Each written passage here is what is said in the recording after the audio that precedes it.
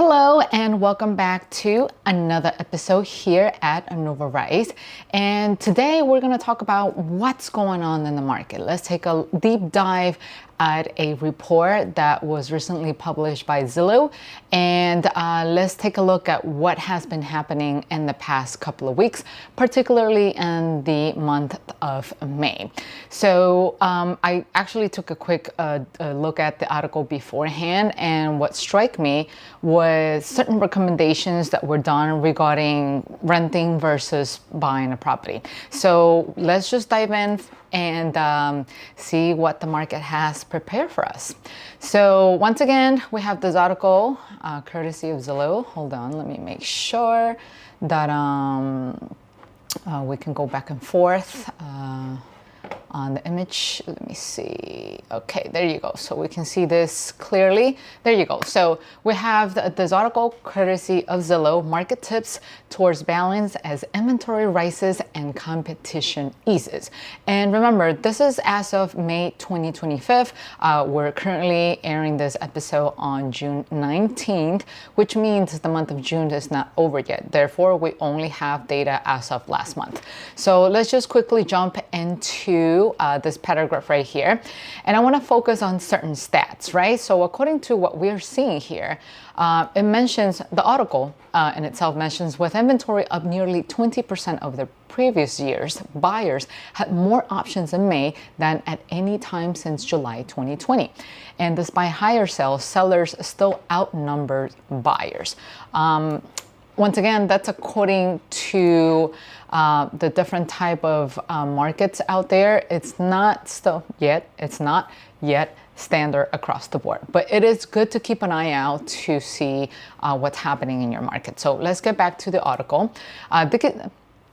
So I'm just going to jump right into this other paragraphs. So home values have fallen in 22 out of the 50 largest metro areas over the past years, and sellers cut prices on almost 26% of listings nationwide. And another May high in Zillow records. Homes that sell typically do so in 17 days, and about 4 more than last year, and only 2 days fewer than pre-pandemic averages. And here is the twig, right? So according to the author of this article, despite a less competitive for-sale market, renting a starter home makes financial sense.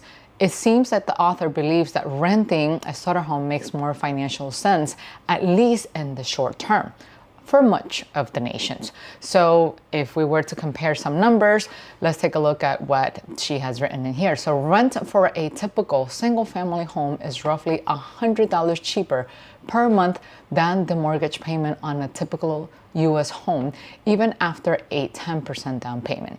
6 years ago, renting was $373 more expensive than buying.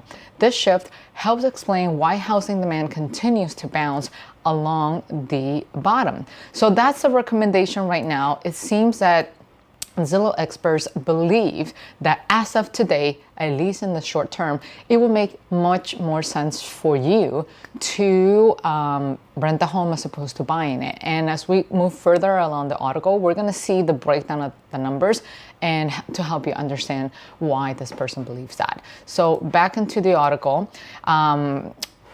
Okay. All right, so remember this numbers nationwide. So according to what we're seeing here, rent as of May 2025 is sitting at $2,049. Okay, so if we were to compare this $2,049 and hold on. No, I got ahead of myself. Okay, let's just move on. So let's just sit here. This is what we're referring to. Okay, so let's look at the stats broken down. So as of today, the typical U.S. home value is sitting at $366,289. And the typical monthly mortgage payment, assuming a 20% down, is $1,922. So based on what we're seeing here, if you put a 20% down payment, your mortgage will be sitting at $1,922. And then remember that this number is only talking about principal and interest, as opposed to renting that is coming out to be $2,049. So there's before you jump into the whole discrepancy of the numbers, remember that the 1,922 is referring to just principal and interest. You still have to account for the fact that there is an escrow account, which typically gets lumped into your mortgage payment. What is an escrow account? It's an account that is set on the side to start accumulating reserves for your property taxes and for insurance. So these gets paid once a year, but the mortgage companies, they collect property taxes and property insurance. The numbers will go up. And so I believe that what this person is saying in this case is that when you sum up all these numbers, the total amount will definitely be much higher than the average $2,049, and hence why it makes more sense to rent a typical single family home, which could turn out to be $100 cheaper per month as opposed to buying a property yourself, because remember, this number, it's only covering principal and interest. You still have to pay for property taxes and insurance. And when you add those numbers up, we're talking about a much higher number than the one that you see here on the screen. Now, additional tips or data that you should keep into account are that depending on where you are, real estate, it's very localized. Remember that. So there's some areas that you're seeing an increase. So for example, home values climb month over month in 36 of the 50 largest metro areas in May. And the biggest gain we're seeing in Buffalo at 1.7%, Cleveland at 1.7%, and this is month over month, okay? Milwaukee 1.5%, Hartford, Connecticut 1.4%, and Pittsburgh, Pennsylvania at 1.4%. Now, as you might have seen in the news, some areas are also dropping in value, and home values fell on a monthly basis in 10 major metro areas. And the largest monthly drops were in San Jose, Miami, San Francisco, Austin, and Orlando, which is, in line to what you're seeing in the news about certain areas not doing so good and panic spreading all over the news. But again, every time you hear a negative headline or something that catches your eye, just pay attention to which area they are referring to, because as you can see here in this report, it's not a nationwide thing as of yet. The market is trending more to be on the neutral side. What do I mean by that? That means that depending on where you are, some areas are not doing so well in terms of housing prices, and they might be going down in price. And then some other areas are going up, not as accelerated as in pandemic levels, and then both of them are kind of like evening each other out. But we're going to take a look at the map in a few, just to help you get a better understanding. So now back to the article. Moving on to, let's see here. Home values are up from a year ago levels in 28 of the 50 largest metro areas, and annual price gains are highest in Cleveland, New York, Louisville, Hartford, and Providence. And home values are down from a year ago in 22 major metro areas. Remember, these are just stats. It's just to help you get a better sense of where your market is sitting at right now. And the largest drops were in Austin, Tampa, Dallas, Phoenix, and San Antonio. And a typical mortgage payment is down 1.7% from last year. So I guess that's kind of a relief depending on when exactly you bought. And however, when you take a look at the number of your mortgage payment and you compare that to pre-pandemic levels, we're talking about 111.7%. And it's quite understandable because right now we're seeing, relatively high interest rate compared to the rates that we were seeing in pandemic levels, which were quite low at the time. Now, in terms of inventory, it is said that supply and demand, the more inventory you have hitting the market, the more, the faster the prices are going to drop. And I want to, just take a look at this and add some context to it, right? So it looks, according to just the data, when you just look at it, that new listings increased 4.8% month over month in May. And then new listings increased by 4.5% this month compared to last year. And then new listings are minus 19.8% lower than pre-pandemic levels. So when you read this, okay, you're kind of getting the gist of it, but nothing beats a visual, right? So when we come back up here and we take a look at the inventory, this is what becomes interesting. So we have multiple lines here on the graph, and you see that this is the amount of homes that have been hitting the market. And yes, it's easy to compare 2025 to 2024. Yes, it is true. We're seeing more homes hitting the market. And yet this number is still below the numbers that we were getting in 2020, which is right at the beginning of the pandemic. So before you start panicking or thinking, oh my God, there's so much inventory hitting the market, I better just not buy because I don't want to get stuck with a property that is not worth it. Just remember that this is still not hitting pandemic levels.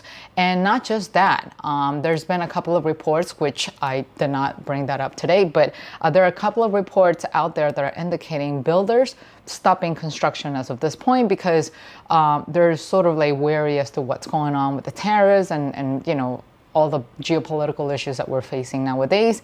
And so that might hinder additional construction entering the market. So in the event that the Fed does drop rates in the future, which recently they announced that they wouldn't, but let's say that in the event that they do announce it in the future, there's a possibility that there only be few housings or houses available in the market because of the fact that a lot of builders are putting a stop to their existing projects right now. So just something to keep in mind. And when you read certain headlines, once again, to always keep things into context and look for points of comparison to help you understand what's going on and not just take a single line in the headline and make a decision without understanding the full-blown picture. So this is really important to take into account. Now, in terms of price cuts and shares sold above listing, we see in here that 25.8 of listings in May had a price cut. And yes, this is an increase from April, which was sitting at 24.5, and then May 2024 sitting at 23.8. And then 30.1% of homes sold above the listing price in April. So that's, you know, if you compare these two numbers, you're looking at, yes, there are some price cuts, but look, there's still a higher percentage of homes that are selling above the asking price. And that just simply depends on the market that you are in. New listing price cuts. So these are just to give you an example of how things are sitting on nationwide, right? So we have the map of the US right here. And so we're under the tab for price cuts. So as you can see, some markets are getting more aggressive numbers than others. So let's say, for example, in the more competitive markets, which are on the East Coast, you will see the share of listing prices drop, but they're not as high as opposed to, let's say, Tucson, Arizona, or all these other states in the West, like Utah or even Oregon. So it's always good to know what's going on, but always remember to take a look at your market because real estate is very localized. And then the same happens to the listings that were sold above the listing price. And we have seen definitely a decrease on it because in 2025 is very difficult to really bid above the asking price when you're paying the rate that you're paying right now. Compared to 2021 and 2022, where the rates were, close to zero. So there are a lot of families or homeowners that purchase around this time and are locked in their low interest rates and most likely are not planning on selling anytime soon, unless they really need to move due to a job relocation or a growth in their family size. But yes, it makes sense that when you look into this data, you see that not that many homes are selling above the asking price, but then you need to ask yourself why. Is it because the market is not doing so well, or is it because there are other factors that are influencing this decision? And so just know that the rates are higher right now, and there's a lot of uncertainty in terms of the consumer sentiment about how they feel that they're doing right now financially, because the emotions also play a big role in home ownership. Now, moving along, let's talk about the market heat index. I always find this map very interesting. And so when you pull it up, this map will basically show you where each of the market is sitting. So it is no surprise that when you pay attention of, hey, what's considered a buyer's market. The majority of them are being concentrated in the state of Florida. Well, we see New Orleans, which is surprising for me. Texas is not surprising due to the migration patterns. A lot of people during the pandemic left, New York or bigger major cities to areas where the weather was nicer, and also there was less restrictions around the whole face mask wearing and stuff like that. So now that things are kind of like getting back to normal, or at least attempting to get back to normal, you're seeing some migration patterns reversing. Like, for example, some of the people that were leaving, that originally left to Florida, now they are looking for ways to come back to New York, for example. And so it makes sense to see that this area, or this list over here, it's part of the area that's considered a buyer's market, meaning that if you happen to be a buyer right now, you have more opportunities to negotiate. The contrary occurs on the bigger cities along the coast, right? And so you see states like New York, Seattle, you have California over here. These are still strong sellers market, meaning the seller is holding the upper hand. And then more and more states are turning neutral markets. So when you take all of this into consideration, and you sort of like take a nationwide average, it looks like right now we're trending more to be on a neutral market, which is a market that is not necessarily favoring the buyers or the sellers in either way. It's more kind of like averaging out and sort of like just maintaining its status quo for now. I mean, things might change from here to next month, so let's see. Remember, we're currently in the warmer months in the year, and this is when typically you start seeing more and more activity in the housing market. So it will be interesting to see what comes out on the June report, and you can always analyze that together. So now let's back to the article to see if there's anything else that's catching your attention. So in terms of rent, asking rents are continuing to increase. Definitely not at the same rate as before, but it is still increasing at a 0.4% month over month in May. And then the pre-pandemic average for this time of year was 0.7. So nothing too far off there. Rents are up 3.2% from last year, which is kind of expected because as affordability becomes more and more of an issue for home buyers or prospect home buyers, more and more are decided to sit more on the sidelines, just like the intro here indicating that, at least for now in the short term, renting a starter home is what makes more financial sense right now, in spite of the increasing rent. Depending on the area, rent can also be localized. And there are three major areas where the rate of rental income or rent overall are falling, and that's Tampa, Phoenix, and New Orleans. And then while Miami and Las Vegas are holding steady, right? And depending on where you go, rents are up from a year ago in 47 of the 50 largest metro areas. So that goes in tandem to what I was saying about the migration patterns. More and more people are trying to make their way back into the major metro areas. And that includes Cleveland, Chicago, Providence, Columbus, and Indianapolis. So I think that's pretty much in terms of the update. And now I'm gonna turn this over to see if there are any questions. I don't think I can, there's anyone. Okay, so Anthony, thank you. He's checking in and saying that the audio is good. And does anyone else have any questions that they want to ask? If for whatever reason you're tuning in afterwards, feel free to leave any questions or observations that you have about the report down in the comment section below. I understand that today is actually a holiday, and at least in New York, it's really warm today. So I'm expecting most of you are probably at the beach right now, enjoying the nice weather. And so I don't see anything else. So I think this is good for now. And I'll be on the lookout for your comments in the section once you catch up with the videos. We'll see you next time, and take care. Bye-bye.